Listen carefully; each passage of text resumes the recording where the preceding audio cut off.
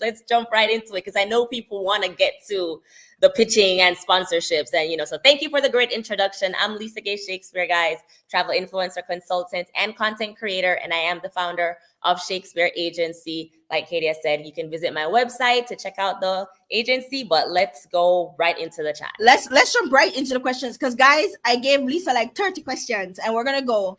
The first question I have for you, Lisa, is how do you know when you're ready to pitch to a brand? Because I know it's not a function of your size, right?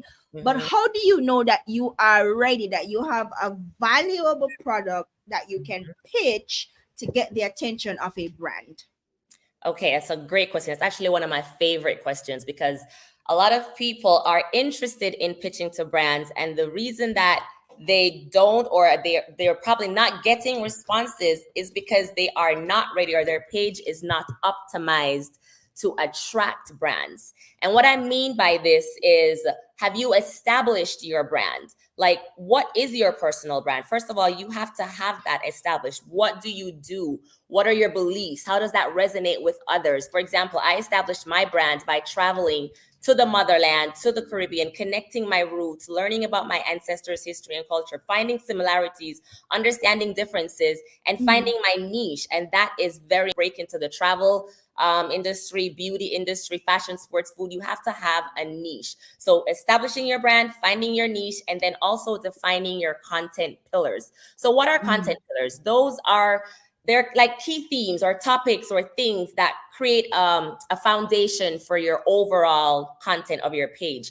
And it's basically the core things of your brand that helps you to stay focused. So it's very particular to what you're going to be sharing to the world, to your audience. And I recommend having about 3 content pillars. So you have your niche, but under your niche, what are you going to be talking about? So for example, I'll give examples so you guys can get a really good understanding. For me, it's travel overall, but it's also Caribbean and African travel. And I also include US travel. And then between that, I mix in lifestyle. So you'll see stuff about fashion and food and travel products. So those are my content pillars underneath the big umbrella of travel. And then how else do you get ready to work with brands? You have to know your target audience. Who are you creating content for? Yes, you're creating content for brands, but you're creating content for an audience that your brand wants to, that the brands want to tap into.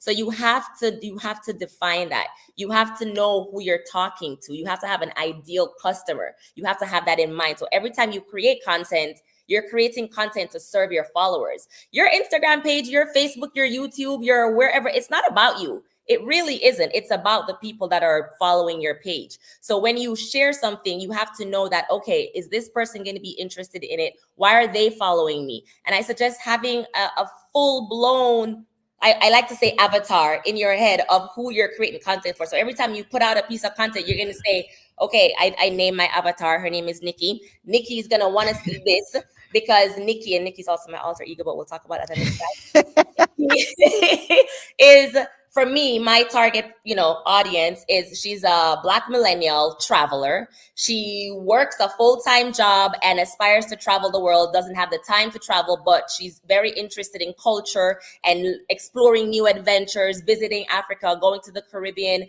and just someone who, wants to see the world. So anytime I post something, I think about Nikki. Okay, Nikki's going to want to see this in this format. Well, how is this going to benefit Nikki? So that's helping you to define your target audience. The next thing you want to do is optimize your bio. And I'm more so speaking about Instagram now. Your bio is where people are the first thing they're gonna see when they come onto your page. It takes online visitors less than 2 seconds to form an opinion about your account. And that opinion is the key to make someone follow you. So that means your photo has to be vibrant. Your bio is the first impression that they see. You want to make sure that it says exactly what it is that you're offering. So the bio, you want to make sure your name is in your bio, because that's actually searchable, by the way, guys. Your bio is searchable. I don't know if you knew that. So you want to put your name in there, your niche, your location, and that helps brands find your pages as well when they're looking for specific content creators. If they want to find someone from Jamaica, if they want to find someone from Connecticut, from New York, having your location is important as well. So for example, my bio says, oh wait, for that, you also want to put some of your content pillars in your bio so that it tells Yes. people what they should expect and see in your feed. And another thing to add too is your email. I know we have the little contact button, but listen, people just lazy. Like, you have to put it in front of their faces. You don't want to give someone a reason to have to search for anything. To say, here, bam, it there, right? It's in your face. So for example, my bio says Lisa, and it has some of my content pillars: travel, hotels, food, lifestyle. It says I'm based in Connecticut. So if a brand in New York wants to work with me, they can see that I'm right around the corner. If someone in Boston wants to work with me, they can see that I'm right around the corner. So it's really good to have that. And then I have sharing Africa, US, and Caribbean travel inspo and more. Partnership, email Lisa Shakespeare, lisa@shakespeareagency.com. Travel with me on a trip.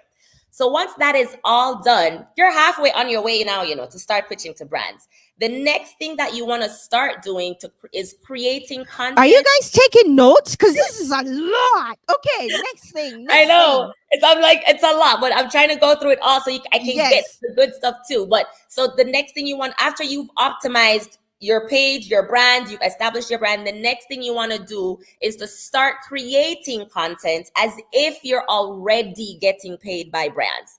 That is really important, guys. And that's what you want to do. It's called creating a spec campaign. I did a lot of those in the past. A what campaign? Spec, SPEC, spec campaign. So it's like a pretend campaign. It's like you're pretending like you're working with the brand. And I did a lot of these in the past, especially when I was traveling and trying to develop my portfolio, because brands are going to want to see your work. It's not just a matter of, oh, I want to work with you, hire me. They're going to be like, why should we hire you? We're going to talk about portfolios in a minute. Yeah. Yup. What kind of content do you create? Like, they're gonna go to your feed, your page, and it's basically your resume, which kind of like brings us to where we're gonna talk about media kits. But that's pretty important. You have to have that in place before you can start pitching. Actually, I'm gonna jump right into media kits if that's okay, Kadia. Are you there? Yes, I'm here. The floor is yours. The flow is yours as well. So, but before you go into media kit, so guys, let's just do a quick rehab. Yes, solid stuff for real.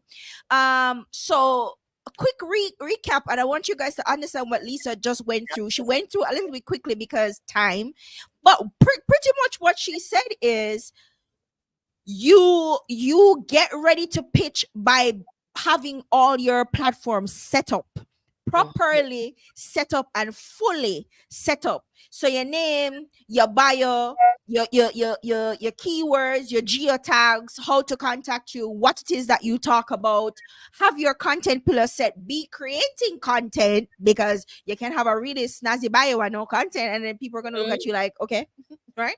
So content that fits within a particular niche, right?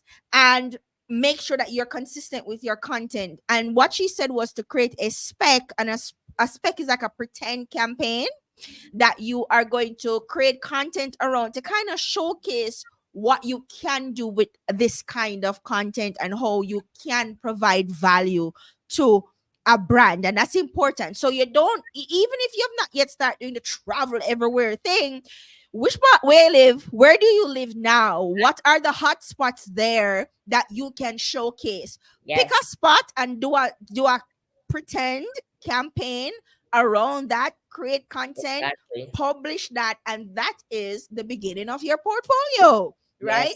100%. So that's what we have covered so far. So the next question, and then you can take the floor, Lisa. The next question is, so now you're set up, you've created your spec to showcase your talents. What are the things that you actually physically have to have before you create your first pitch? So you talked about media kit. So I think that's the next logical step. So a media kit is one of the things you need to have. So let's talk about a media kit and the other physical things that you need to actually have in place or need to create, like documents that you need to create before you start pitching. Over to you, Lisa.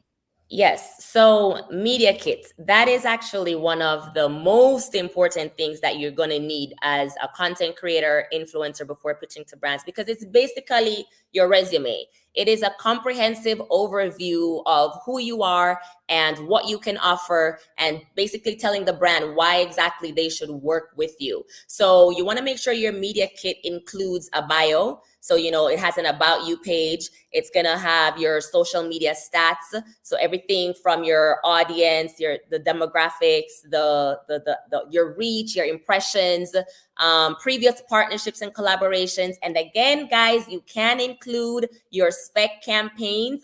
I would just not call it a collaboration, just put it as examples of how you create content. Because, we don't really want to lie and say it's a partnership when it wasn't, but you've created content for a particular brand. So you want to include those if you don't have an actual partnership. If you do have partnerships, get testimonials. When you work with a brand, get them to write, a testimonial for you, because that goes a long way as well.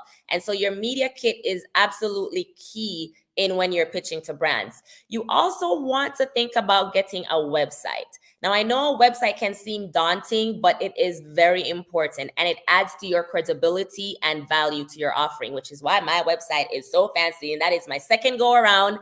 The first one was very I'm still proud of it because I did it, but you want to invest in getting a website done. And especially if you're in the travel space, or actually any space, travel, food, sports, if you blog, that's evergreen content that brands love and brands pay for. So at the end of the day, you also will have your own domain, because you don't own social media. I don't own Instagram. I could wake up tomorrow, I'm knock on some wood though, and I could lose my account. And I've been threatened several times. It's very stressful. But I own my website and I own all the content there. So you want to make sure that you have that as well. Other documents, I mean, these are just simple things like a bank account. You want to make sure that your accounts are all set up to make sure you're receiving pay. You want to have the Venmos and the PayPals and all of those apps and stuff to set up so that if you're working with a brand and they're going to pay you, you want to have an invoice, and we'll get into that when we're covering payments and monetization. You want to have contracts. We're going to get into contracts as well. So those are things that you want to have in place before you even start pitching. All right, guys. So you heard Lisa. So let's recap what she said about what needs to be in your portfolio. So the spec needs to be in your portfolio. But one of the questions I wanted to ask you, Lisa, is what if you have not had a brand deal before? Can you just, like I said earlier, pick a spot in your city, in your town, create content around that would kind of showcase how you would create content for a brand, and that could be in your spec as examples of what you can do? Yes, that's exactly what I was saying. Yes, that's what you Right. should do, because if you don't have any paid partnerships, how else are you going to show a brand how you can create content for them? So For sure. if you're a food blogger, go to a couple restaurants in your city and, just create content for them, and then use that and put it in your media kit. And that For will sure. be your spec campaign. And there's a way to do that without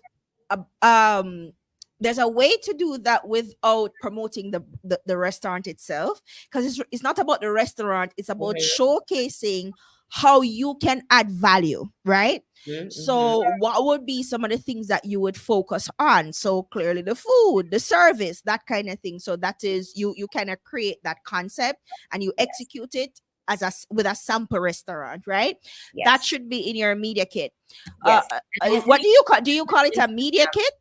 Yes, I call it a media kit. Okay. I wanted to address a quick question from Nikki. Sure. She curves. Oh, I know Nikki. She's a fellow CT creator. If you should include your rate card in your media kit. We're gonna talk about money in a minute. Okay. But you can answer. No. Yeah. No, definitely not. Do not include your rate card. You actually don't even want to be the first to reveal your rate card to a brand. You always want to try to get their budget. Find out what their budget is before you even say, oh yeah, I'm going to charge you $200, $500, when they were thinking probably $2,000, so immediately you just knocked yourself down. Yeah. You just played yourself. Just played yourself. So never send out your rate card. If they ask you for it, ask them back first for their budget. Try to always get the brand to tell you how much money they actually They have. have to spend, And because then you can work your way to figuring out what you want to charge. But we'll get into that too in a little for bit. sure, because Lisa, if you are a brand who's ready for that kind of engagement or collaboration, you will have a budget in place already. So you will already know how much money it is that you want to spend on these kinds of campaigns, right? So Yes. don't let them tell you nothing. They know. They know. They're just playing a game of gotcha. So so that should be in. Lisa, do you link to your other content platforms in your brand kit as well? Like, for instance, if you have a YouTube channel, do Oh you yes, put that in there? absolutely. Do you put numbers in there? Because in a regular brand portfolio, your numbers are in there. So for a pitch kit, do you put your numbers in there? Yes, Is that absolutely. important? It is important because that's showing you're following across all platforms, and brands aren't just sticking to one platform. So if you can show that you have a following on Pinterest, on YouTube, on TikTok, on Instagram, on LinkedIn, on everywhere, then you're even more valuable to them. You're even more valuable when you're offering a blog as well on top of content creation. Every other avenue that you have, you want to show them that, listen, I'm not just a one channel brand or one channel gal. You can talk to me over here on TikTok. You can talk to me over here on YouTube. And overall, now I have a reach of over 100,000 rather than my little 10,000 on Insta. But on YouTube, I probably have 50,000 followers. So you want to include all your platforms. And even if it's not as much, because I don't have that big of a following on TikTok, I think I have like 5,000 followers on there, but I still include it on my platform, on my media kit, because it is a platform as well that I use. Awesome. So include your numbers, your metrics across your different platforms. And guys, Lisa just said something that kind of hit home for me. I see learn, grow, and invest in the chat over on Instagram. Welcome, Jermaine, and thank you for being on. Or Renate, I don't know which one of you is on, but in the last live that we did, Jermaine actually said that the first brand sponsorship he got was when his channel was at 2,000 followers. His YouTube channel was at 2,000 followers, right? And he has made over the last 3 or so years $15 million in sponsorships and stuff, right? Hey, So, guys, it has nothing to do with your size, but what Jermaine said was it had to do with the value, how you present your value to that brand. He said that was the key. And I'm thinking, Lisa, you agree, because I hear you say something like that already. Yes, I totally agree. I really think it's key for people to realize that it's not necessarily about the number of followers you have. It's the value that you're creating and the engagement of your audience. So brand sponsorships also come in many different formats, and you can work with a brand in various capacities on a paid level. And so even if you have a small following, they're still going to want to work with you because of your engagement. Because your engagement, actually, if someone with like 10,000 followers or even less could have a higher engagement than I do with 50,000 followers, because the more followers you have, usually the less your engagement becomes. But it depends on what the brand wants. And this is also why it's important to always ask the brand what the campaign goal is. So you're not leaving any potential money on the table. Your offer should change based on what the brand's goal is. And once you know the brand's goals, then you can nail down the metrics that will best measure the impact and like the success of your sponsorship. So, I mean, for example, if the brand's goal is exposure, then views are important, likes are important, comments are important. Those are the metrics that you're going to be focused on. But if their goal is to get people to go to their website, then a direct swipe web up, traffic and stuff like that. and tracking and tapping on that and clicking the link in your bio or your stories. So it's really important to know what those are, and then from there, gauge your engagement. But I was going to mention that there's different types of sponsorships. So yes. So there's sponsored posts, right? And that's kind of like the most common way to make money as an influencer. These are your photos, your carousels, your reels, your stories, exclusivity, usage rights, like all of that is under sponsored posts. When you work with a brand, you go take photos for them and you put it on your social media, and you're now exposing them to your audience. Another way is to do UGC, which is user generated content. And this is very, very important for my people who are who feel like they don't have a following or they're too small to work with brands, you can make so much money doing UGC content creation, especially if you're good at photography and those videography skills are amazing. You can create high-res content for brands to put on their own social media or to use in their marketing campaigns. And then you're charging them for usage rights, you're charging them for exclusivity, you're charging them for all of that. And that's one, and there's so many platforms out there that are hiring and that you can find brands that are looking for content creators that are only going to be recreating content for them. So that's key as well. Another way to work with brands is through press trips. So those are also known as like media trips or fam trips, where pretty much you get invited by a tourism board, or it could be a hotel, it could be, an excursion or a company that does travel events, and they're paying for everything. So they're sponsoring this trip for you to go and create content and expose it to your audience. And it includes accommodations, meals, airfare, transportation, excursions, everything. But press trips are usually within the travel field, but it's not hard to get on. And anyone from small creators to macro influencers are invited on press trips. Even journalists and just writers in general. You don't even have to be an influencer to be invited on press trips. Another way to monetize and work with brands is also through attending events. So getting invited to cover events, providing social coverage for them, sponsored events. So to generate awareness, basically. So let's say Toyota is having a big old launch of a new car. They want to invite a bunch of influencers to cover the events and provide social coverage so everyone knows about it. So be on the lookout for when these brands are making big launches so that you can be a part of that too. And another way is affiliate links. That is key, guys. That is passive income that you can not pass up. Earning commission on products or services. So for example, if you work with a brand, you want to work with a brand, recommend them and find out if they have an affiliate program. And there's a bunch of affiliate programs out there.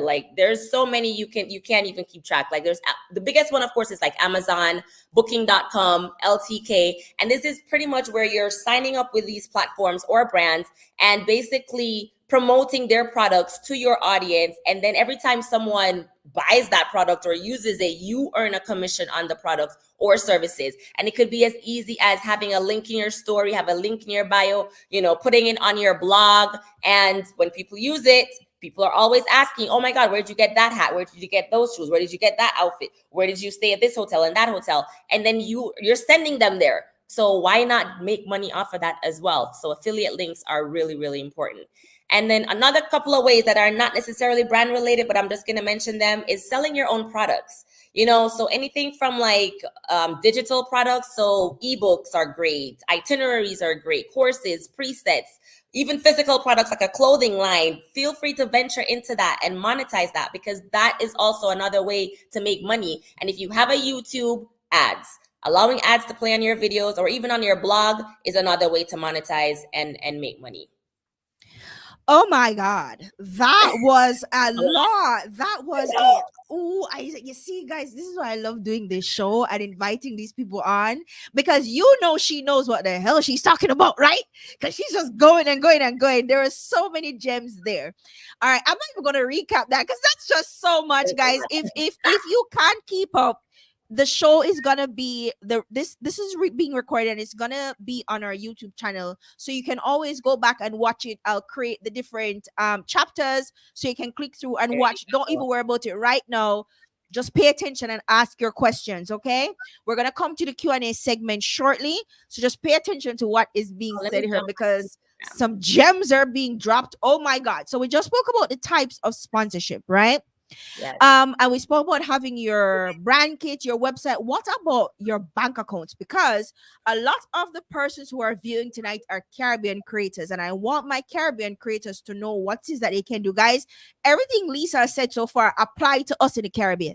Mm-hmm. You do not have to stick to local brands, and it doesn't matter what industry you are in. You do not have to stick to a local brands, because there are brands looking to come into a new market, and Jamaica is a brand. Jamaica is a big worldwide brand, and you have that going for you as a creator, by the way, and so don't be afraid to reach out to international, regional brands to say, hey, I'm Jamaican, I create content, I want to work with you, let's get you visible in this market. It's a viable market here. So everything she has said so far applies to us.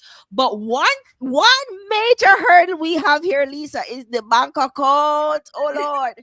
So how do we set up an account so we can actually get paid by Well, these I mean, brands? it's What do we PayPal. do? PayPal works. PayPal works in Jamaica. PayPal PayPal. works here. It's PayPal. At the end of the day, I mean, it's hard. It might be hard to get an account in the US because you're not American, but you don't have to worry about that. Almost every time I work with a brand, it's not direct deposit. I wish it would be, but it's usually on some kind of platform, financial platform. So it's PayPal, it's Venmo, it's what's that other, oh wow, why am I drawing a blank? Zelle? Zelle, you can use Zelle as well.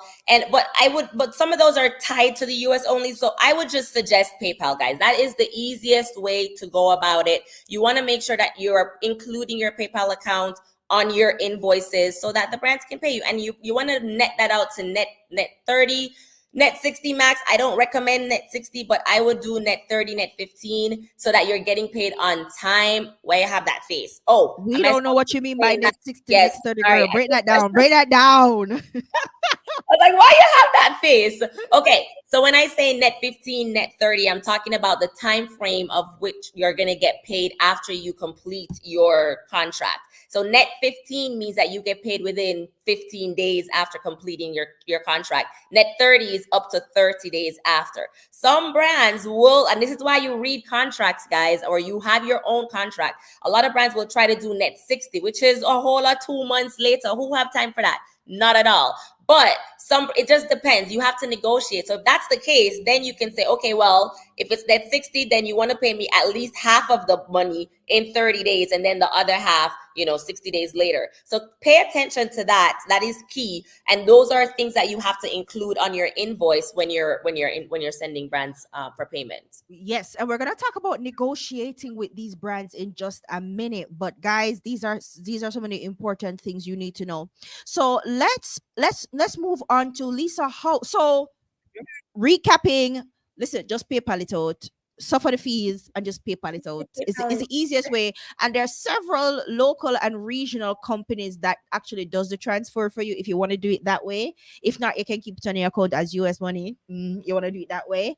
If you have people who live a foreign and can create a Venmo for you or a Stripe account for you, just ask them to do it for you. That's what I did. I got my cousin in the States to create a Stripe account for me. Also, I used Payoneer, and Payoneer was something I could have set up from here. And I got my money directly into my JN account. So, and I got my Payoneer card, and I could go to the cash machine and drop the money. So, Payoneer is another way. Guys, if you're interested in learning how to set up your Payoneer account, let me know because I have done it and it's great. So, moving on now, Lisa. So, we talk about all of that stuff, but the big question is how do I know which brand to pitch to? Because you talk about niche and having your own niche where you create content in, but brand alignment is extremely important because people online are skeptical and they don't particularly like influencers, and so you have to come good. And if you already have a community and there's trust there, you don't break that trust just to get a check from a company. So you have to make sure, because once it's gone, it is impossible to get back, right? Yep. Once trust is gone. So how do I ensure that I'm choosing brands that align with my brand values, that we are going in the same direction, that not only I can provide value for, but there's a reciprocity, there's reciprocal value from them to me and to my audience? How do I do that? So you're going to tie that back into your spec campaigns. So remember I mentioned that earlier, that to build your portfolio, you should start like creating content for different brands around, whether it's in your city or in your backyard or whatever. I'm pretty sure you're gonna be going to brands that you already love. You're using their products, you're using their services, you love their restaurant, you love their hotel, whatever the brand is. It's to make sure that it's something that you genuinely love. So your audience is gonna start seeing what kind of content you're creating and pretty much resonating with that, knowing that, okay, so this aligns with her niche. This is what her values are. And they know that, okay, when she talks about this, then it is something that is genuinely true. So you're choosing the brands already in your spec campaigns. And these are the type of brands that you want to use going forward. But you don't want to take a random campaign from a water company that's trying to come into the business, and you're a travel influencer. Like, what does a water bottle have to do with travel? You know what I mean? Yeah, it's paid, but you don't want to just go off brand, because then it looks like you're promoting any and anything, and you just take money from anybody, and you're not being genuine to what you're promoting. And that, I find, is key. And one of the things that I love to tell brands when I'm working with them is, I don't necessarily want to do a one-off campaign with you, because it's not just about the money. It's about my credibility and why people follow me and why people buy the things that I recommend, because I'm using it over and over and over. So I work with brands on more than one campaigns, and that is key, especially in any kind of marketing. The more someone sees something, the more likely they are to buy it. So if I come up today and I start promoting my AirPods, I mean, it has nothing to do with travel, but whatever. Let's just say I'm promoting my AirPods, and I do it one time, I'm gone on my business, and that's it. And I never come back to these AirPods. More than likely, I might get 1 or 2 people to sign up, but that's it. But if I come back in 2 weeks and I talk about the AirPods again, and then a week later, I'm back again talking about another feature of the AirPods that I like, then people are going to be like, hold on, man. So she really liked them AirPods. Yeah, what is it about it? And it starts sticking in your head. So you want to find brands that you genuinely love and that you will feel comfortable pitching and that align with your values. Go to brands that you've visited before on your own, because it just shows your interest and it will resonate with your audience. That really is the key to deciding who to work with. For sure. So it has to be something that you would use, that you have used, that you actually like, and you're present. Because guys, no amount of money is more than your audience's trust, and that trust also comes with loyalty. And so no amount of money should supersede that. And Lisa said something, and it matched to what Wanga Girl said in our last live show. When I asked her, Lisa, what do you prefer? You prefer a brand sponsorship, or you prefer being an influencer for a brand, or an ambassador for the brand? And she said she preferred being an ambassador, because it creates a long-term relationship with the brand. You're doing multiple campaigns with the brand. It's recurring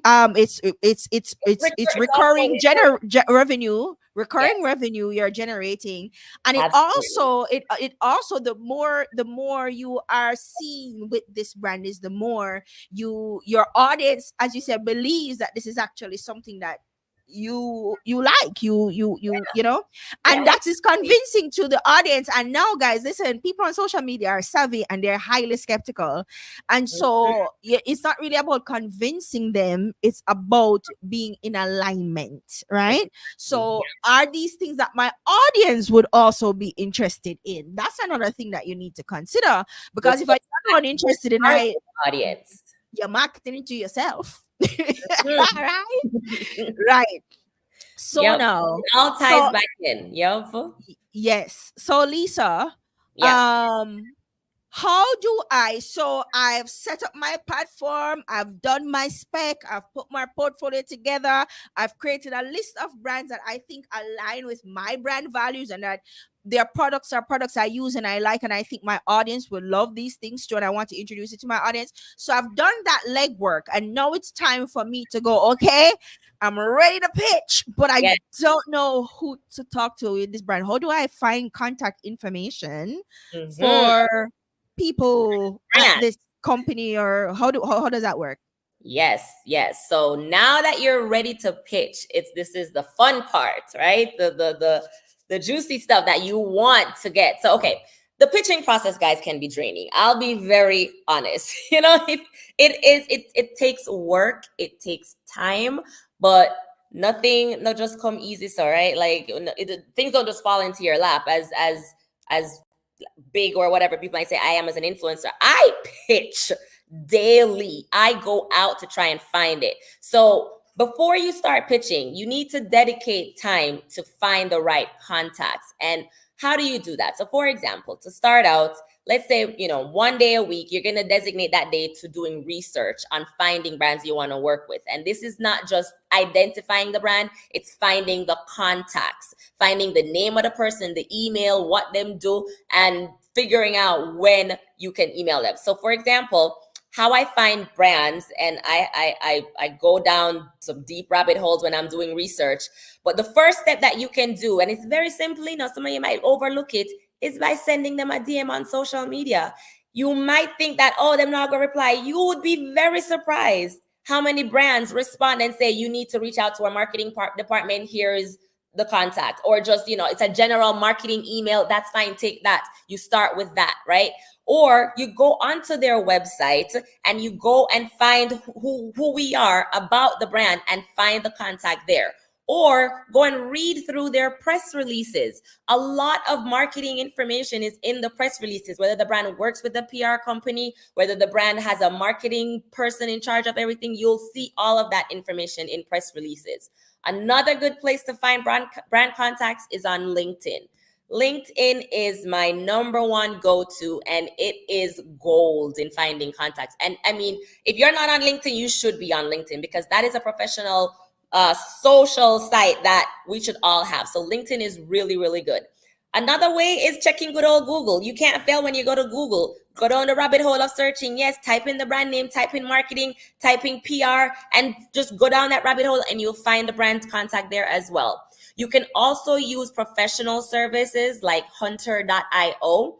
It is a paid service, so it will give you contacts within the field that you're interested in. You just have to select it, and then you pay a monthly fee, or you can pay a one-time fee and then cancel it later on. But it's actually pretty good, and I've found a lot of good contacts through that as well. It's called hunter.io. Another way is also just by networking. So attending professional industry events and conferences. When you go to a travel conference, network with the people that are there and exchange business cards and find out what they do and who they work for, and ask them questions and say, hey, I'm trying to get in touch with this brand. Do you know them? Networking is key. And it also means engaging with other people in the industry. So talking to other influencers. Like, I share contacts with my influencer friends all the time. Like, I'm like, oh, I saw that you work with this person. I've been trying to work with them forever. And then they ask me, oh yeah, but you worked with Virgin Voyages. Can you get me the contact here? Yes, of course. Can you get me the contact for this airline? And that's how we all share contacts. And then eventually you're building a database. And that's what I have been doing over the years, is building a brand database. And I'm very proud of my little database, because it's a little gem. It's full of every deal that I've ever had is in this database, and I organize it by category. I update it frequently as I pitch emails, because sometimes emails bounce and people change positions, but I'm able to pull from my database, and that allows me to pitch consistently. After you start doing the research and you finding the emails, the next step is to draft a pitch template. And this is gonna save you in time, because people are like, man, how do you pitch to so many emails? And I have a template, and the template is it's very basic, right? Before you go into the template, Lisa. Oh, yes. Before you go into the template, so guys, Lisa has given you a ton of ways that you can actually find contact information, but somebody in the chat said something, Lisa, that I want you to actually address as well, before people think it's a good idea to just jump in people's DMs and be spammy. We don't want you to be spammy, No. because I can't tell you the amount of email DMs I've deleted from people going one long message of all their as I go. Oh. So Yes. this comment is from Paul, Lisa, and Paul said, if you're going to reach out to a brand on social media, I suggest that you at least follow them. Nothing worse than saying how you love the brand, but you're not even following. And there's nothing worse than having zero relationship and just jumping in and hitting that gear and going 100 miles per hour. It's unattractive. It's spammy. Lisa, how do you get around that?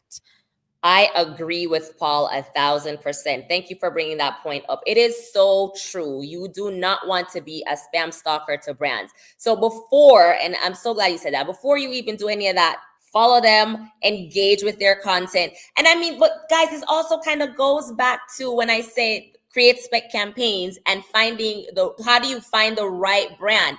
If you want to work with a brand, it's almost, I would think it's common sense that you would want to follow them, because if you're creating content for them, why not follow them? Why not engage with them? Why not leave comments? Why not show this brand that you are a fan of their products? That's one of the ways to get noticed as well, because a lot of brands, they will repost you if you tag them in a story, if you make a nice reel about them. Like, I have this one brand and I have been stalking for forever and a day, and I want to work with them so badly. And I keep promoting them. I keep talking about them. I keep tagging them. I leave comments, and like, they repost my stuff, but I think it's because I'm not necessarily into that industry, why I haven't gotten the deal yet, but I'm still working on it. It's a fashion brand, by the way, guys. It's not a travel brand, but I do lifestyle, so I try to break it in there. But that could probably just be it, though. I'm more travel than I am fashion, so they probably don't see the alignment yet. But one day, though, it's all right. You soon see me with that brand.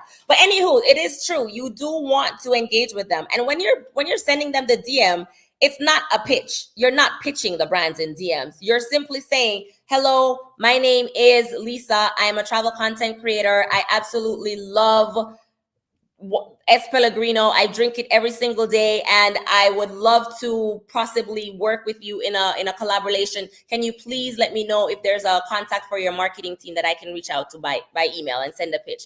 That's it. You don't have to tell them anything else about anything else. You're just asking for a contact in a very polite way, and that's it. And if you get a response, great. If you don't, you keep it moving and you try another method. Exactly. And guys, listen, one of the things I've noticed is that we have a difficulty in communicating online, because we think that because it's online, the basic communication principles don't apply. Wrong. Wrong. Basic communication etiquette applies regardless of the medium you're communicating to. Listen, I have had so many really interesting guests on this show. I have Lisa on the show. Right? I have had so many interesting guests on this show, guests that other people can't get on their show. Why? I follow them. These are people I particularly listen. Everybody that you see on the platform is here because I want information that they have to give. I mean, I'm happy that y'all get to share in it, but it's really for me. I'm just kidding. But still, I bring on people who I think have really good information I also want to get as well, right? But how do I do that, guys? But through DMs. But it's not being spammy. It's about being professional, being polite, not spamming them, because you send them one email and they go keep message and they go send them a message every day. No, right? So there's a way to communicate through the different mediums, whether it's through DMs or instant messaging apps or through email, that can actually clinch it for you if you know what to do. And we're gonna go right into that, Lisa. So you are talking about your pitch template. So you guys, instead of just winging it, it makes sense that you set up a template. And this template is flexible because you're not sending the exact same template to everybody, but it's just the main things that you want to include, and you're going to change it out depending on which brand you're talking to and which industry that brand is in. So Lisa, let's talk about your pitch template. Yes. So when you're drafting a pitch template, it needs to include certain things, right? Who you are, your stats about your social media, brief line, and your audience, because your audience needs to align with the brand's audience. And then you have to include a reason why you want to work with the brand. Tell them why you love them. Why would it be a benefit for them to have you as a creator for them? And another key thing that I like to do, and I feel like a lot of people don't do this because it is work, but I'm telling you, I think this little piece of gem right here is key to actually having a brand respond to you. Have a creative pitch idea in mind of what that partnership could look like to work with that brand. Tell them what you would love to do for them. Go on their social media and see what they're lacking, see what they're missing, and go on their website and see what kind of photos they're putting up, and tell them how you can enhance that, how you can make it better. And I'm telling you, that little gem right there, I've gotten so many responses from brands saying, wow, we love that idea. We would love for you to work with us. And give them examples of previous stuff that you've done in this pitch email. And it doesn't have to be 10 different examples. It could be even just one. Show them a partnership that you've done or a spec campaign, guys. merchandise that is similar to their brand so that they can have an idea and see what it is that you do. Put a little link so that it takes them directly there. And then, of course, do not forget to include your media kit. That is also, and I would include a link to the media kit, not as an attachment, because sometimes with attachments, it gets thrown into junk and it just sets off all these alarms. So hyperlink your media kits, hyperlink to a specific campaign that you've done before, and have a creative pitch idea and the reason you love the brand. Now, once you have this template and your database going, you can start sending out pitches the very next day. Just like I said, customize your draft pitch. Don't send the same email to everybody. I'm telling you, brands know when it's a copy paste. So you do not want to just generalize. You want it to be a personal email. And how you can move a little bit faster with this is when you're doing your research in your little database that you're going to now create, when you have your brand, the name, the person, the title, put a next column and put why you like that brand. And also put a next column and put creative pitch and just jot down a few ideas so that when it's time to send out the email, you're not busting your brain trying to figure out, okay, how can I come up with something? You already did that on your research day. Your pitching day, and your pitching day is to sending these emails out. It's not to be figuring out where to go. It's not to be figuring out what to type. It's really to put in the email and draft it up and make sure it's personalized and you're writing the right things. And that's how you get through your pitches. Following up is also key. Just because you send 20-something emails in a one, well, that's me. But just because you send however many emails in one day doesn't mean that, okay, all of them are going to reply to you. Respond at the same time. But before you go to follow up, Lisa, quick question. How many pitches do you send out per day? So I pitch like 25 to 30 emails a day. So y'all thinking, oh, I'm going to send 1 or 2 email. No, that's wasted effort. Okay. So the reason for having this template is so it can help you create these emails faster. But Lisa, can we quickly talk about how to structure the email? So in terms of a greeting, because a lot of us don't know how to do the greeting, should we say hi, first name of person we're sending it to, or should we say hi, Miss last name? Because we are very formal in the Caribbean. That's what we were taught. Yes. Do we say hi, Miss Francis or Miss Shakespeare, or do we say hi, Lisa girl? And then after we do that introduction, what's the next paragraph or the next paragraph? How do we structure that email? Okay, so I will say there is a difference between the US and the Caribbean. It is not as formal here, and I had to learn that, right? Like I had to learn not to be so good evening, Mr. and but if okay, so we're gonna talk about audiences. If you're in the Caribbean, I would say yes, stick to Mr. and dear Mr. Brown.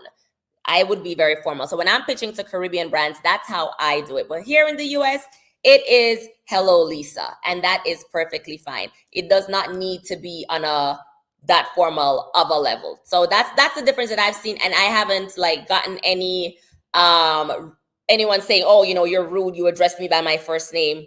So let's kind of get into a sample pitch real quick. So let's we're doing it I'm gonna do it for my Caribbean. So dear Mr. Brown, you want to put your name, my name is, and whatever it is, I am and you put the state or the location that you're in, based influencer with a total following of X amount of followers on X platform with a monthly reach of, and you put how much reach you have, whether it's in the thousands or hundreds, it doesn't matter, but you still want to put that reach. Then the next thing to talk about is your audience. So your audience is important because you want to make sure that it aligns with the brand's audience. So you want to say something like, my audience is majority, and you insert the demographics, whether it is millennial women, whether it is millennial men, whether it is men between 25 and 40, or if you're into promoting children, families like that. You want to make sure your audience is exactly almost a match to a T of what your target audience is for the brand, who are actively booking my recommendations based on comments and feedback that I get from the content I share on, and you put the dash platform. So within those 3 lines, you're telling the brand who you are, who your audience is, what your reach is, and why people follow you.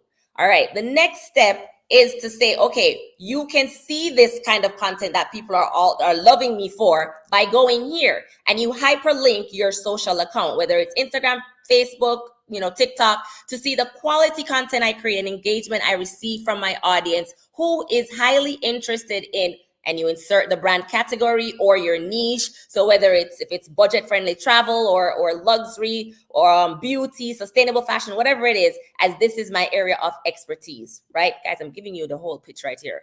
And then now you want to get into why you should talk to this brand, why the brand should hire you. I am personally a huge fan of, you insert the brand name, because I love, and you put the exact reason why you love the brand. Okay. You love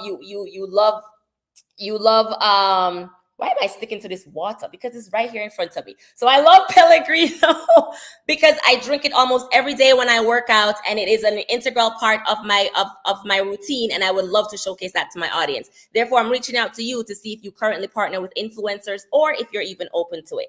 Then the last paragraph now is where you're going to come up with the creative pitch, right? I'm positive I can bring a lot of additional value to you by creating amazing content for you and organically promoting it to my audience. So with and here's where you come up with the pitch. So with Valentine's Day coming up, which is just around the corner, this is a great opportunity to promote, and you put the brand name as a perfect gift idea.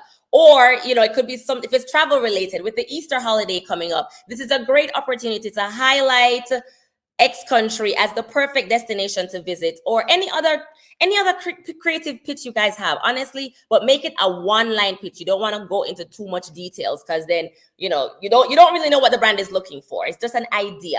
And then remember to be kind of location specific or production value specific, date specific. If you know that you're trying to travel in August, put that you're trying to go in August, because that will give the brand an idea, a better understanding of when they want to work with you.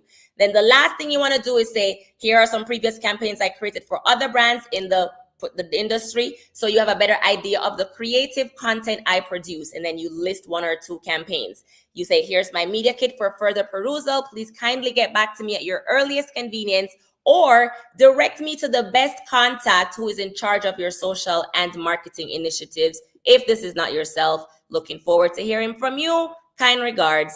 And that is a sample brand outreach pitch. Boom. She read out her pitch, guys. She read out her pitch. You heard it here first. So she read out her pitch. So that is how you structure your pitch, guys. One of the questions, Lisa, is how long should the pitch letter be? That's about. Oh, sorry. Go ahead. No, you go. Oh, so that's about 3 paragraphs, basically. You don't want it to be too long, because people are, attention span. So it sounded like a lot, but it really isn't a lot. And if you stick to the key points and make sure if you're listing anything, it's in bulletin, and highlight, your media links, you want to bold those. It really is just because people skim through emails as well. They don't necessarily sit there and read the full thing. So everything that is going to be in your pitch has to be to the point and direct. All right. So it sounds like a lot, guys, but when you really put it together, it's a couple paragraphs. I personally would say no more than 5 short paragraphs, no more than 5 short paragraphs. But if you can make it even shorter, 1, 2. Yeah, if you can make it even shorter and to the point, you want to be succinct. You don't use a lot of filler words. Just go straight to the point and keep it professional, keep it cute, right? So Lisa, you have your pitch template set out that is customizable to each brand.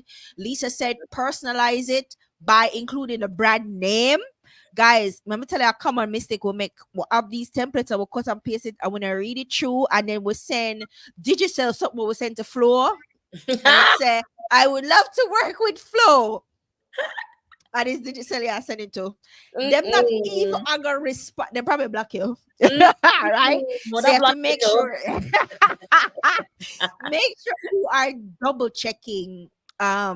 Make sure you're double checking. So Lisa, you have your template and you are ready to send out emails. You said you send like 25 emails, but you're superwoman. So a regular person, how many emails would you recommend they send per day?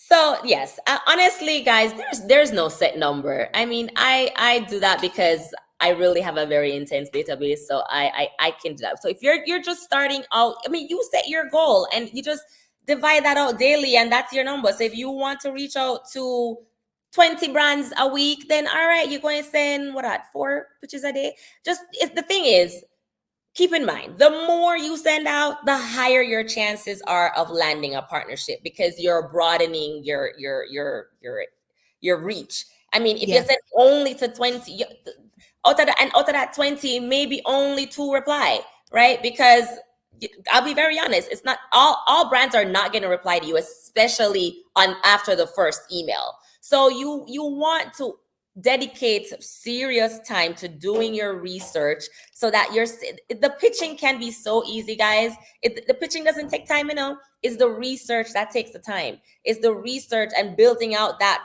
database and finding the contacts that takes the time. Once you have that, you will be surprised, you can send emails easily. You really can. You can send That is true. it's so true. So you just have to figure out how many brands you find and research, and then from there you divide it out. And if you want to make it a daily thing, then you divide it out by the 5 days of the week. Or if you want to tackle it all in one day, I mean, by all means, go for it. But Yeah. you find something that works for For you. you. Yeah. Right. Guys, it's always the lead work. That's where the heavy lifting comes in, because once you are ready to send the email, you should have already done your leg work, right? Which includes your research. So Lisa, you've now sent off your email. What is the next thing do you do? How do you follow up without becoming annoying or spammy? So you have to have no shame, guys. Honestly, it is it's important. It's not even important. It's more than important to follow up. It's such key, and that's how I land most of my brand partnerships. I almost never get a response after the first initial pitch. And what I use is I call it the 3x3 strategy, where after the initial pitch email I send a follow-up email 3 business days apart, 3 times, pretty much like in a row. And then after those 4 emails, if I don't get a response, I give it a break. And then I go back again and I restart the pitching process. But I'm telling you, 75% of the times I get a response from the brand. And in those 3 times that I'm following up, I'm not sending the same email. I have a strategy for each of those emails. It's a different way that I'm wording it. I'm including different information. I'm finding a different route. I'm figuring out, okay, so they didn't reply to the pitch. All right, you know what? You didn't reply to this, but hey, have you seen like these 3 kind of like content that I've created for this specific industry? And then there's just different ways that you can follow up that will make the brand interested. And I'm telling you, it works 75% of the times. All right. So Lisa, something you said, and I want you guys to get this stuck in your head, is that you do not send the same follow-up email 3 different times. You do not do that. Quick question, Lisa. Should we automate this, or should we send from a personal email address? Should I send it from my kaden.francis@gmail.com, or should I send it from MailChimp? What would you recommend I do? Because it's easier to automate all of this follow-up through MailChimp, but it can seem impersonal. So what do I do?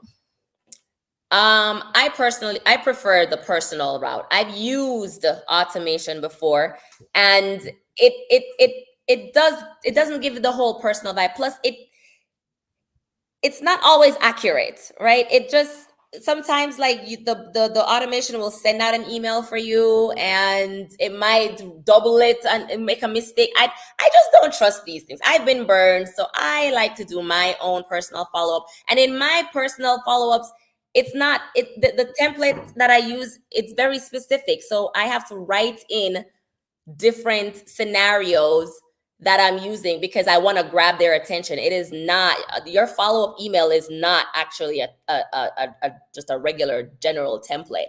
Your follow-up email is going to include information that you never included before. So I feel like you kind of have to do it. You kind of have to. You're gonna have to get down and dirty, guys. You're gonna have to. Yeah. You're gonna have to do it. Yeah. And so we're coming to the end now. You sent your emails. You have sent your follow up. Your 3. What's it called? 3x3.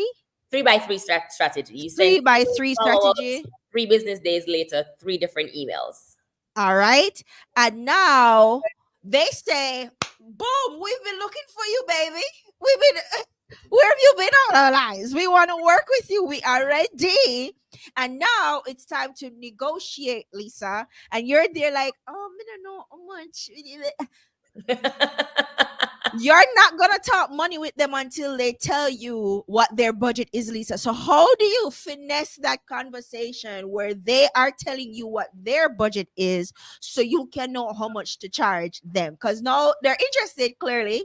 Your pitch worked, they're interested, and now they want to Interested. talk money with you. So how do you finesse that? Listen, this is my favorite part because I sure loves me some money. So there's really no right or wrong way to figure out how much to charge a brand. It really is, you can make up your own fees, but I'm gonna give you guys a good rule of thumb. And this is kind of just, very, very blanket. You can take it or leave it, figure it out. And this is also in US dollars for my Caribbean people. So, there's going to be a conversion. But for social media, and I'm talking about mostly like Instagram and stuff, if you're going to work with a brand for sponsored content, for static images, a good rule of thumb is per up to and this is going to be up to 10,000 followers, you want to charge at least $100 per 10K followers. This is like what we call your base rate. So let's say if you're at 50K, at 5K or less, you probably might want to do $50, right? So for example, if you have, for example, I'm at 50K now. So I charge $500 per static feed post and that's one picture, like a one picture, one dege photo. If it's a carousel, then this is where you want to increase that. So I add on another 20% to my base rate up to 5 images. And so now I'm going to charge the 500 plus an extra 100 to post up to 5 photos. If it is a full carousel with 10 images, then want to put all our 10 photos now, then we're talking to double your base rate, not double your base rate, double the percentage. So now you can charge up to 40% more than your base rate. So let me break it down because I know those are not a numbers. So for example, myself at 50K followers, I charge $500 for one static feed post. If it's a carousel, up to 5 photos, it's 20% more than my base rate. That's $100 more. So that's now $600. If it's a full carousel and I'm charging 40% of my base rate, then that's an extra $200 and I'm charging $700 for my carousel photos, up to 10 images. Now your reels will take whole per time. Video is definitely worth a whole lot more than just your regular photos. And that is 60% more than your base rate. So for someone who has about 50K followers, I would charge about $800 for a reel. And for stories, it is about 20 to 30% of what your base rate is. So for example, I would charge $100 for a 2 to 3 frame story. And if the brand wants a swipe up or a website link, then I tack on another 10% and the base rate is now $150. Again, guys, this is not status quo. This is just a good rule of thumb. It is what I follow. It's what works for me. But you depending on where you're at in your journey and what your engagement rate is, you can feel free to go higher or lower. But this is just kind of like standard industry rate and based on what I've spoken to with other influencers, what I've been seeing. So that works for me. And then another thing to put into perspective is when you're working with a brand, you have these rates, right? So you don't send them to them, or if as much as you can, do not send it to them right away. But what you can do is offer a package, which is why it's important to find out what the brand's budget is. So if they come to you and they say, okay, I have a budget of $2,000, and in your head you're thinking, all right, so with $2,000, not usually that would be one reel at 700 and a carousel at another. So that's 1,400 and maybe 2 stories. So now the brand can do the calculations, right? But if you really want to work with them, you can give them a little bit of a discount and say, okay, well, if that's your budget, I can offer you maybe 2 feed posts and, you know, a story plus the swipe up, and give you a discounted rate, because this is going to show the brand that, okay, you really want to work with them and that you want a longer term relationship with them, so that in the future they can come back to you and say, all right, this was a good deal for me. So it's not just, this is my rate and that's it. You have to learn to give and take and know when you want to, you know, fold. I will say this though, if you are forced to give your rate card, I would bump up your rate card a little bit higher than what you're actually charging, because then that way it gives you more room to negotiate down and technically give the brand a discount, right? Like it's in their eyes, they don't know exactly what your true rate is, but you know what it is. So you should always have on your rate card should be higher than what you're actually charging, and you should have absolute minimum, the lowest offer that you will take. So you have the lowest, you have what your actual rate is, and you have something at a higher rate. Who knows? You might send your rate card to the brand and they might be like, oh, this fits perfectly. And you're like, damn, well, I just kind of upped my actual rate by like 20%. But hey, kudos to you, you know? So those are how I structure my fees, and is what I would suggest as a good rule of thumb for people. Sure. So, Lisa, does your value go up with each brand campaign you sexually? What is on your mind? With each with each campaign you have successfully completed, do you raise your brand price? Because your value go up, right? So do you raise your brand your rates, your fees? So I don't raise my rates based on campaigns that I do. Yes, your value does go up, especially when your content does well. But again, this also kind of goes back to working with a brand over and over, right? Like once you are able to get into an ambassadorship, you kind of set a contract for 3 months, 6 months, a year, and that brings in your recurring fee. When you're working with a brand for the first time, and you've had a couple, if you had a really good run of a couple successful campaigns, then yes, by all means, I would increase it a little bit and explain to them that this is the results that I have been getting. So you're showing why you're charging this amount. You're telling them that they're getting, it's going to be a return on their investment, because that's really key to brands. They want to see the kind of engagement you're getting, the clicks that you're generating, the swipe ups that people are getting, the views, all of that. So if you are getting on that path of having, you know, really high engagement and you're going viral and all these things, yes, you can on a one-off basis, but I wouldn't do it every single time, because then you might be limiting yourself. Right. You also talked about $100 for every 10K, but Lisa, some of us don't have 10K. So this is so what do us nano? What us nano and micro influencers? How do we price? So you can calculate, you can do it by the number of, you can get very technical with this. I don't necessarily believe in this, but if you're not at that high level, let's say you have 2,000 followers and your engagement rate is at a 4%, then, you know, you want to use that to figure out how much to charge. So let me get my good old calculator. So you're at she's getting technical with it. The calculator is coming out. 2,000, and then we're charging 3. So that gives you 60. So it's not even that far off, to be honest. You know, that's about $60, because you know why it's a little bit higher? Because I was thinking it would probably be less. It's because your engagement rate is high.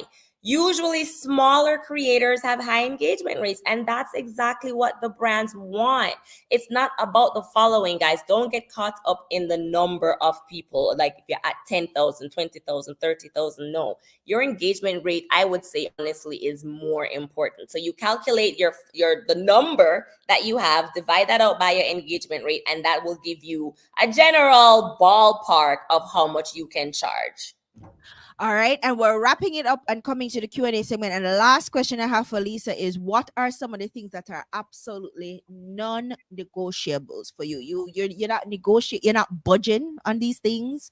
You're not negotiating these things. It's either they're gonna fall in line or it's a wrap. We're not working together. What are some of those things?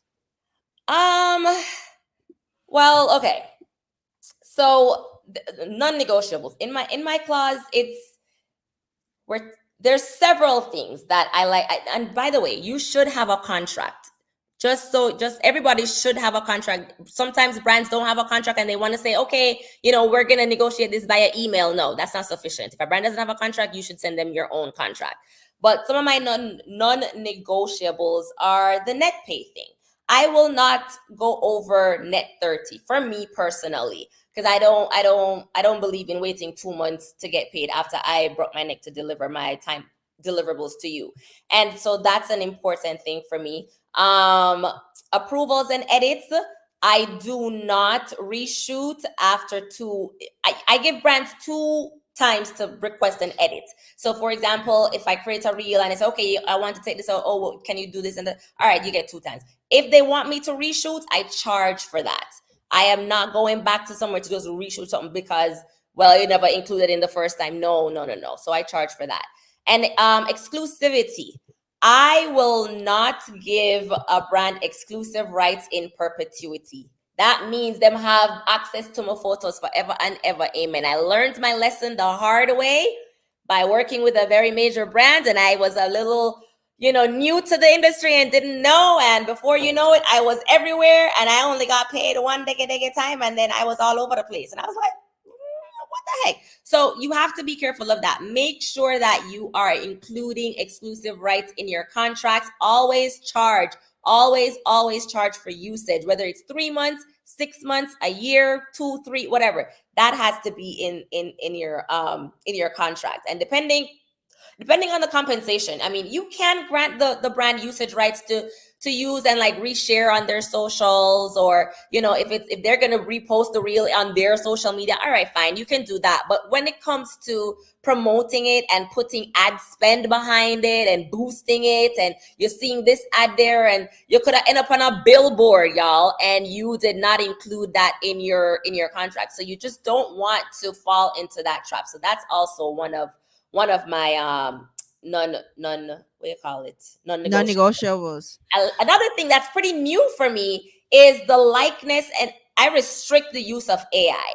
It's actually a thing, y'all. This is something that it's very common, but I will not allow a brand to alter or modify my voice, my image, my likeness, anything at all to be used in any form of video or photo content as in AI.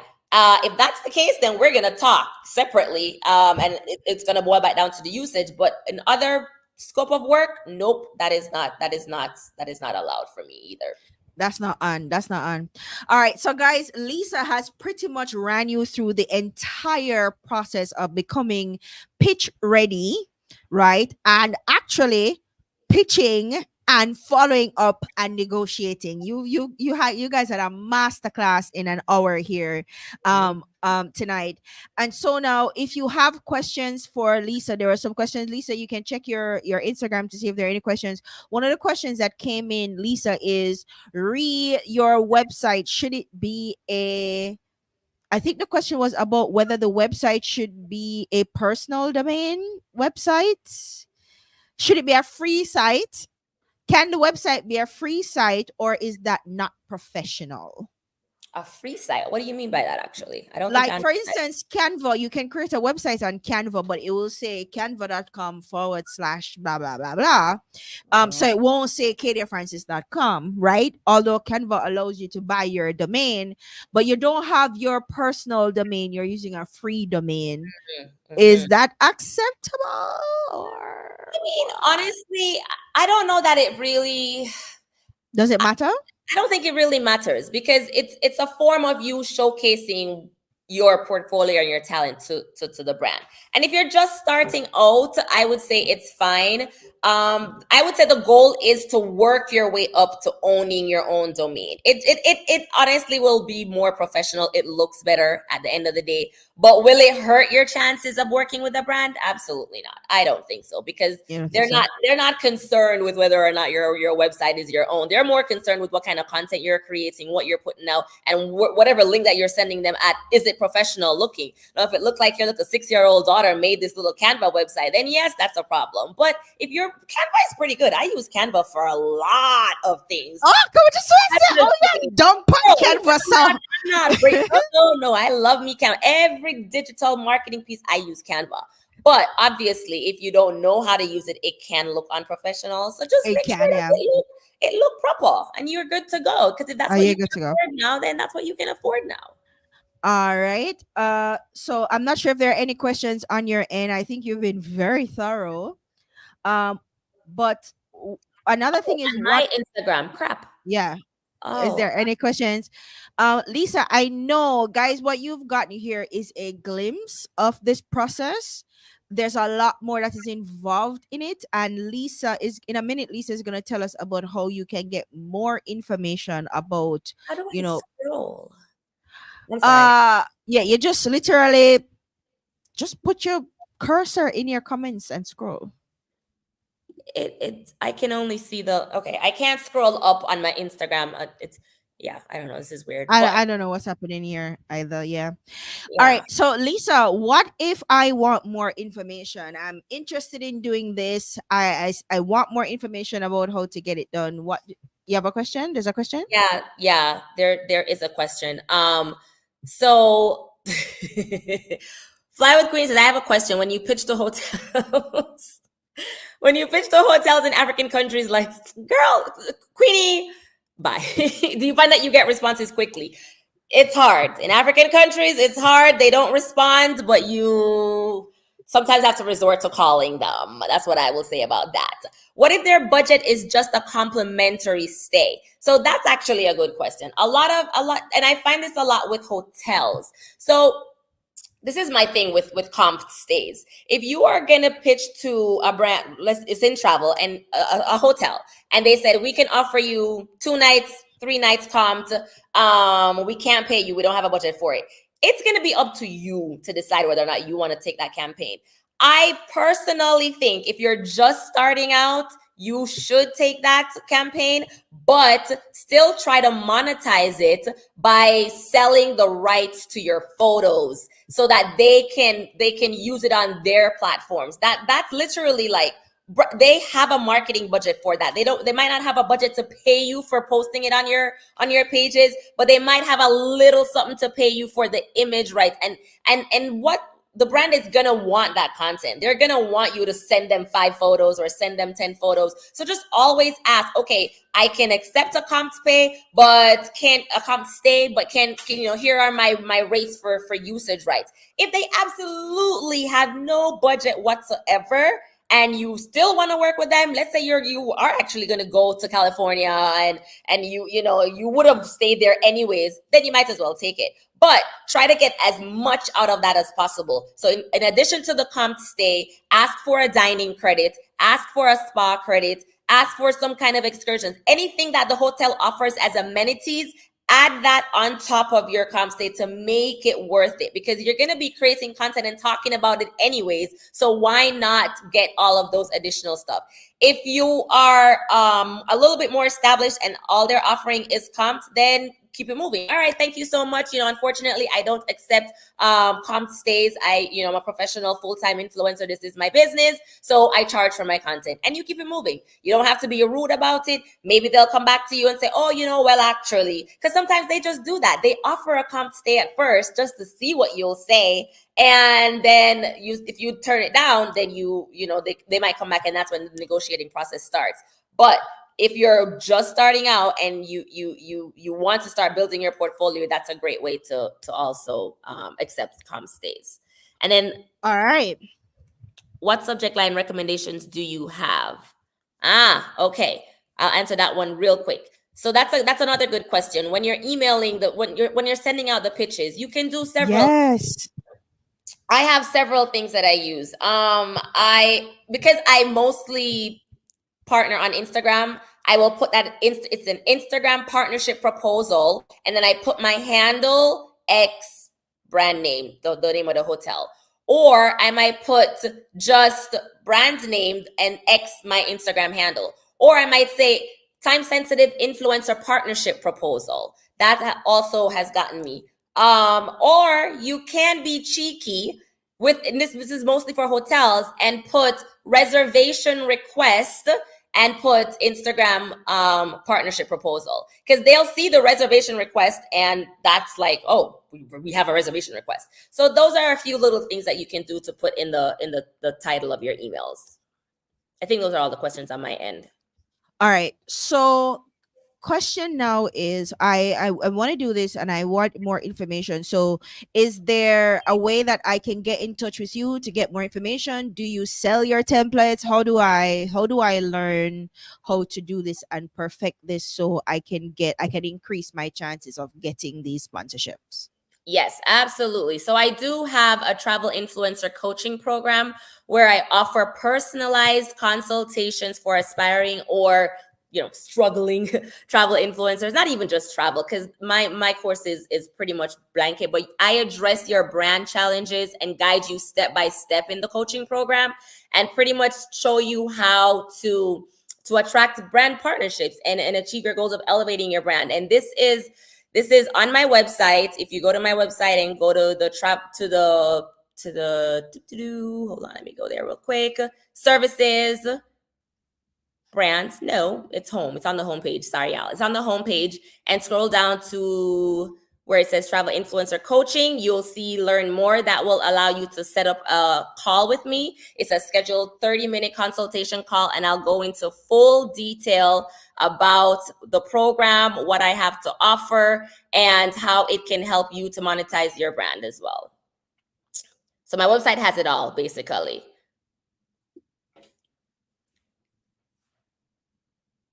Oh, by the way, Katie, are you still there? I was on my website. Did I lose her? Oh, I think you're muted. I don't know what's going on. I'm sorry. I was asking where on the website do you find this information? If you go to the home page and just scroll Uh-huh. down to the bottom where it says travel influencer coaching. Okay. So let me share Learn it so you more. guys can see it. Yeah. Here And it is. It's like I this said, section here. yeah. It's a And you two. click learn more. And it takes you to the I do provide 2 1-hour personalized coaching sessions, and the coaching sessions include 7 modules of material.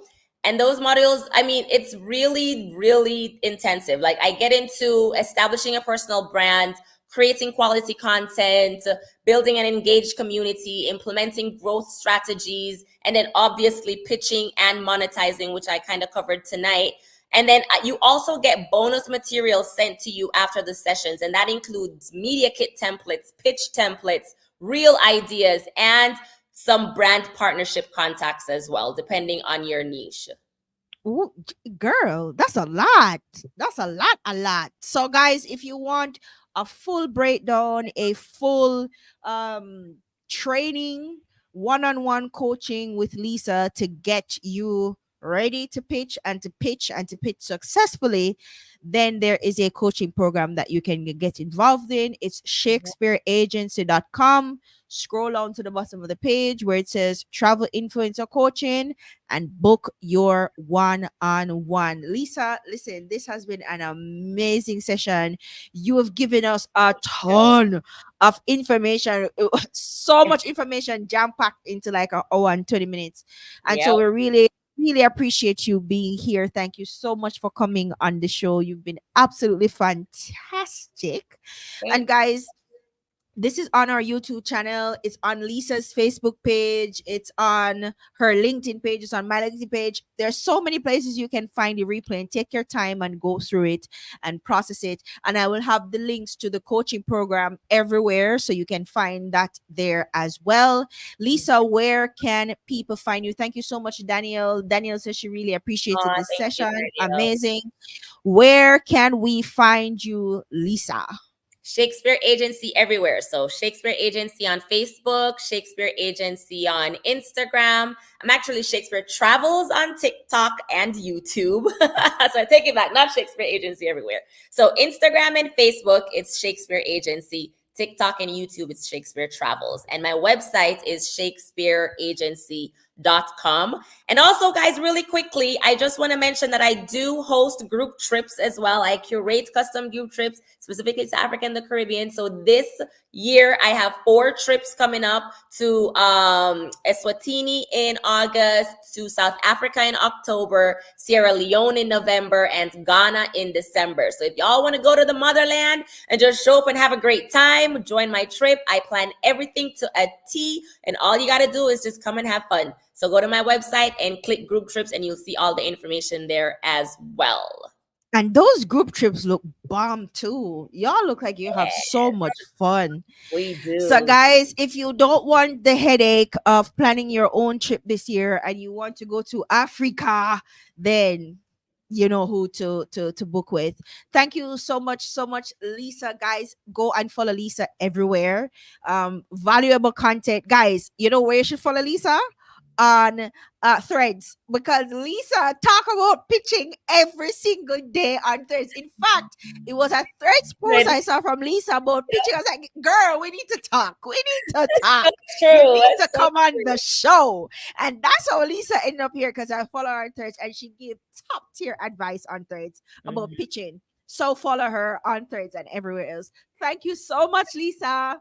Thank you so much, Katia, for having me. I actually had a blast tonight. I had fun. I hope you guys learned something. You know, this is like right up my alley, and I would love to help you all live your best influencer life. So come on over, shoot me a DM. You know, like I'm very open, like she said. So even if you just have a question, shoot me a question. You don't have to necessarily sign up for the course if you're not ready yet, but I'm happy to talk to you guys. So thank you so much for having me. Don't spam her DMs though. Don't spam her DMs though, guys.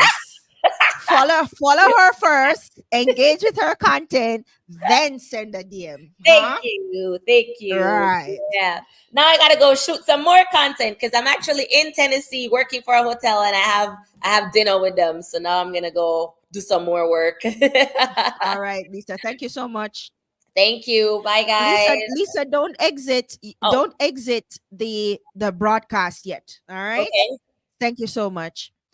All right, guys, that was a fantastic show. Thank you so much, Lisa. I absolutely love having guests like this on, because, guys, you can clearly tell she knows what she's talking about. Clearly, she knows what she's talking about.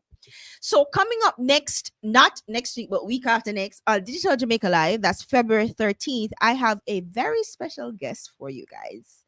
And I'm not just talking about local, I'm talking about somebody who can talk to you to teach you how to do video correctly, how to do video content correctly, how to be confident in front of a video. So if in 2024, one of the things you want to do is to go live, like we're doing here, or create more content for YouTube or whatever, this person is going to show you how to set up, how to, deliver, and how to be more confident. And so my next guest on Digital Jamaica Live is, I don't know how many of you know her. If you're on social media, you should know Miss Zaylee Barkley. She is a popular video content creator, influencer, speaker. She's everywhere, right? And she is going to talk to us about how to do video, right? How to be more confident in front of the video, how to get set up, and how to start creating really powerful, really impactful video content. So Zaylee is going to be here with us on the next Digital Jamaica Live. And guys, you don't want to miss it. So make sure you're following me on social media, Digital Jamaica, and make sure you are also subscribed to our YouTube channel. You don't want to miss this. It's gonna be good. And again, guys, if you want to support the work that I do here, because you recognize that it's a lot of work to keep this engine going, you can buy me a coffee. All right. So the link to that will be everywhere as well, as much as low as $1. Right. In fact, any amount that you want to give to support, I would really appreciate that, guys. You can scan the QR code, but the links will be everywhere. You can buy me a coffee to show your support and appreciation for all the wonderful resources that I create for you on Digital Jamaica Live. But if you ain't got a pocket like that, there's some free things you can do, right? You can subscribe to our YouTube channel, this one right here. I'm refocusing my energies on YouTube this year, right? So you can subscribe to our YouTube channel, Digital Jamaica. There's a lot more videos there. So we did the last show we did was talking about strategies for TikTok, Instagram, YouTube. A ton of information was shared there. Tonight, Lisa talked about merch. I've already done a show talking about merch with the merch king himself. So go and check out that show. If one of the things you want to do this year to create an additional revenue stream is create courses, I already have a video for that on the channel with Mr. Udemy himself, right? So there's a lot of videos on the channel, guys, with a ton of information about a lot of things. So definitely subscribe, check out the videos, and support Digital Jamaica. Thank you so much for tuning in tonight, and I will see you on the next Digital Jamaica Live. All right, guys. Bye.